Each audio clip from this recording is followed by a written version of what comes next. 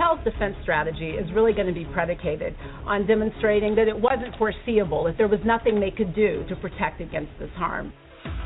So what's next in the trial? Well, expect Erin's lawyers to call some witnesses to testify about the emotional distress she suffered after the release of these peephole videos, including some of her former ESPN colleagues, her agent, and Maxim Smirkovsky, her partner in Dancing with the Stars when she competed in 2010. Her privacy has been violated in the most extraordinary way, and she wants vindication for that. Well, Erin Andrews, she wants vindication. Actually, she wants money, but she was working, as you heard, Dancing with the Stars, doing some things with ESPN. And, Bremner, let me start with you. Do you think that she is going to be awarded money due to the hotel? I mean, do you really think that they're at fault? I mean, I don't think they had any idea that this was going to happen. Right, what do you think? And it's, the key word is, foreseeability and a negligence claim that she's making. And I have a problem with this case. I have a number of problems with this case. To ask for $75 million when I was a DA, I handled all kinds of rape cases with weapons, attempted murder, child abuse cases. Nobody saw a dime. And so to ask for $75 million just kind of sticks in my craw. And then second, she's done very well, since this happened, including Dancing with the Stars. I see her when she's on TV with the Seattle Seahawks games, and of course, it's kind of like Kim Kardashian in a sex tape, I guess, or Paris Hilton. I mean, some of these things can catapult people, like with the old saying, "There's no publicity, or any publicity is good publicity, or there's no bad publicity."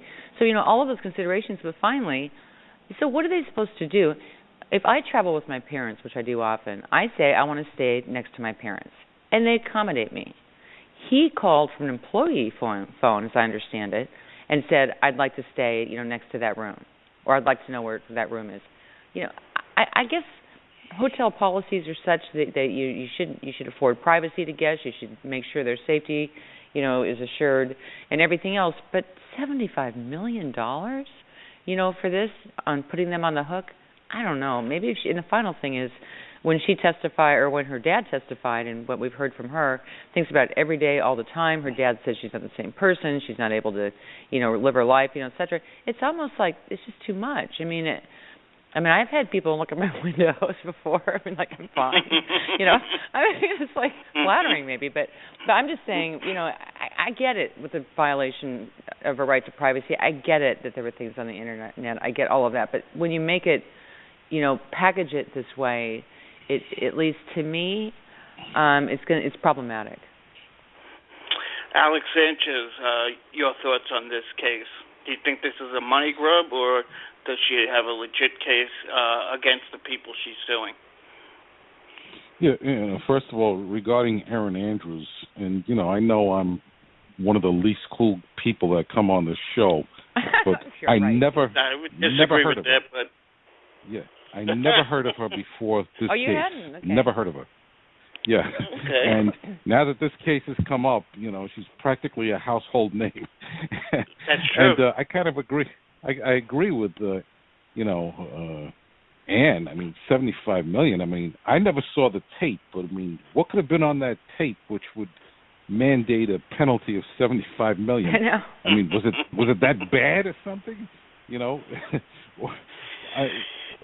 So she is kind of asking for a lot of money. In terms of liability with the hotel, somehow this guy mysteriously ended up in a room right next to her. And what she's saying is the hotel acted negligently somehow by revealing her whereabouts in the hotel and allowing somebody to rent a room next to her who ended up committing this crime. So that's basically the basis of the offense. Right. But I would like to ask Ann one question. Mm-hmm. Don't you think this guy should be serving at least 30 years in jail for this offense? Yeah, shouldn't this kind of conduct be discouraged by a massive amount of time in jail? Sure, and it's a complete file. Are you serious? Yeah, this guy's an absolute creep. Oh, he's going around, manipulating, what do you call, what do you call those things that you look inside hotel rooms? The peephole. The peephole, right. Yeah, this guy, he's manipulating peepholes. He's putting cameras there to film us. I mean, to me, this guy's scary. No, he is scary. This guy's very scary. And okay, maybe he doesn't deserve 30 years, but 30 months is simply, that's not sufficient. This guy needs to be sitting for a lot longer period of time than 30 months. No, it's true, and he was also, of course, he had the cyber stalking, charges, which are very, very serious, and someone like that, he is scary, and he probably has done it before, and he'd do it again, and it's just a creep factor, that he gets his jollies that way.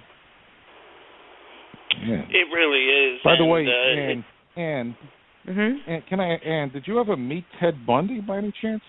I didn't. You said you didn't meet him? Yeah, my ex-husband, John Henry Brown, represented him. Because remember, he was from Seattle and Tacoma. And then he ended up committing crimes in Utah and Colorado, Washington, Florida, you name it. But he retained my ex-husband, John Henry Brown, when he was suspected. They were looking at him in some of the murders here in Washington State. Then he went to law school in Utah. And he kidnapped somebody there, went on trial, was convicted. And then we go on to where he was taken to Colorado and escaped twice, and et cetera. So John Henry had him in the very early stages, and finally went with him to Florida. What did your husband say about him? Did he think he was a genuinely nice guy, or was he able to see through him, or what? He said a couple of things. He said that Ted said to him, "I want to be a good person. I'm just not." And he compared him to Hannibal Lecter. And John Henry also told me that if I'd ever met Ted Bundy, I would have known he was a creep right away. Wow. Well, then he finally, murdering 30 people qualifies as you as a creep. Right, and he, my ex-husband's written a book that's coming out in August, and it's called Defending the Devil, and he's talking about Bundy. Wow. So we can look forward to Defending the Devil. Yeah, if I can plug his book, even though he's my ex, sure. It's on Amazon. It's on Amazon for pre-order. So it's called Defending the Devil by John Henry Brown, Browne. What year was he? What year was this trial? Well, there was no trial in Washington. He killed a number of women, but by the time he'd killed all the women in Washington, he was in law school in Utah. He was convicted on a kidnapping of a woman named Carol de la Ranche, and then he was out. Oh no, they took him to Colorado, to Aspen for another murder case, and he escaped twice from the Pitkin County courthouse and jail. Once he jumped out a window, another time he lost 30 pounds and went through a light fixture. Ended up in Florida, then killed all the girls in the Chi Omega house. That there were a number of them in the sorority, and then a little girl named Kimberly Leach, and then he went to trial and got the death penalty. You know that Ted Bundy was a law student. He was a law student at University of Puget Sound in Washington State, and then he transferred to University of Utah. And didn't he defend himself at that trial? Yeah. Yeah. And the judge said, I would have been, you're a fine young man and a great brain. I would have been honored to have you appear in my courtroom as a lawyer. Smart. And then he sentenced him to death. After he said that, he sentenced him to death. Right. He was smart. Part of it, he had public defender advisors, and then, he had some where he defended himself. But when my ex-husband defended him, he came out to Florida with a guy named Millard Farmer, who was a death penalty expert. And to hear their story, they say that they persuaded the prosecutor not to seek death.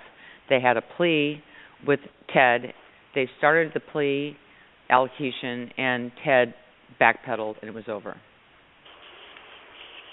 You've seen that, Alex. Yes. I've seen it. When someone comes in on a plea and then they start backing up. Times, Me too. So that's what happened. Was that trial broadcasted on television? And no, because it was. When was that, Alex? It was probably.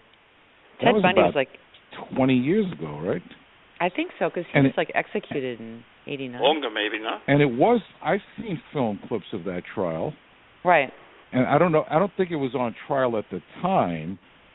Regular, at least in the area here. But I'm sure in the local jurisdiction that was on trial.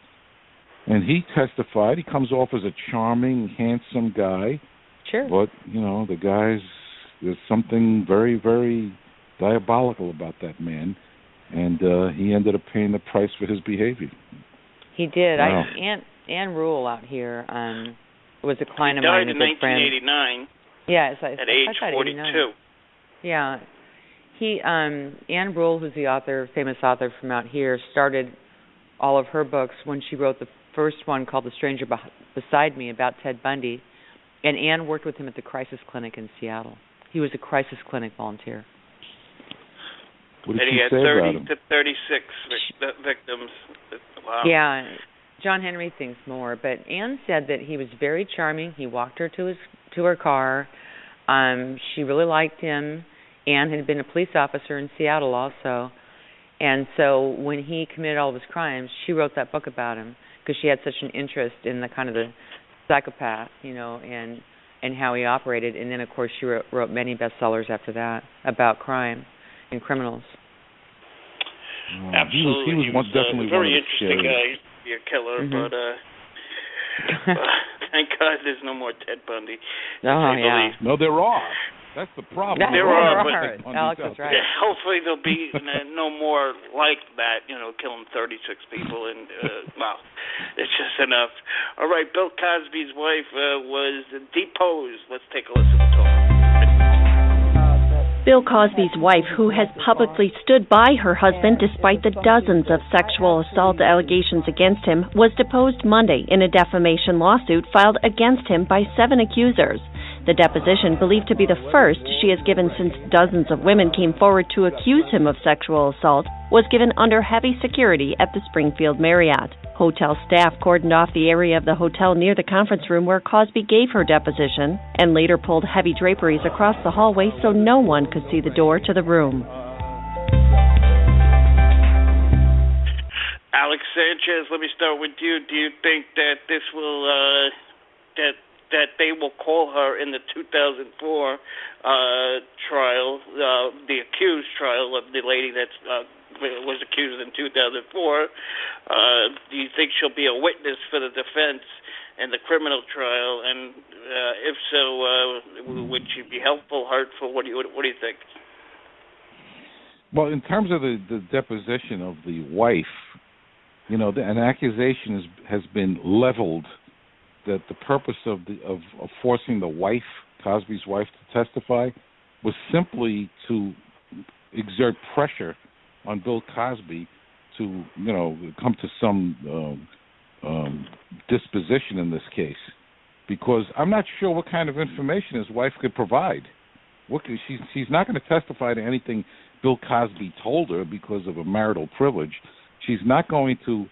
I'm sure she's not going to testify. She saw Bill Cosby, handing out, pills and alcohol to women. She's probably not going to testify to that. So I'm not sure what the purpose of calling his wife was, other than to try to exert pressure by humiliating his wife and humiliating Bill Cosby. Now, he may deserve to be humiliated. As you know, I've been on the show, and I think the guy's guilty of sin. And if I was the lawyers for the opposition, hey, sometimes you got to play hardball, especially against people like him. But I think that was their primary objective, humiliation. I don't know of any legitimate legal purpose for deposing him. Maybe Ann knows something, but I don't see it. Ann, maybe you know something. What's your take on this? No, I mean, I totally agree with Alex, and I do think. She was home a lot of the times that these assaults occurred.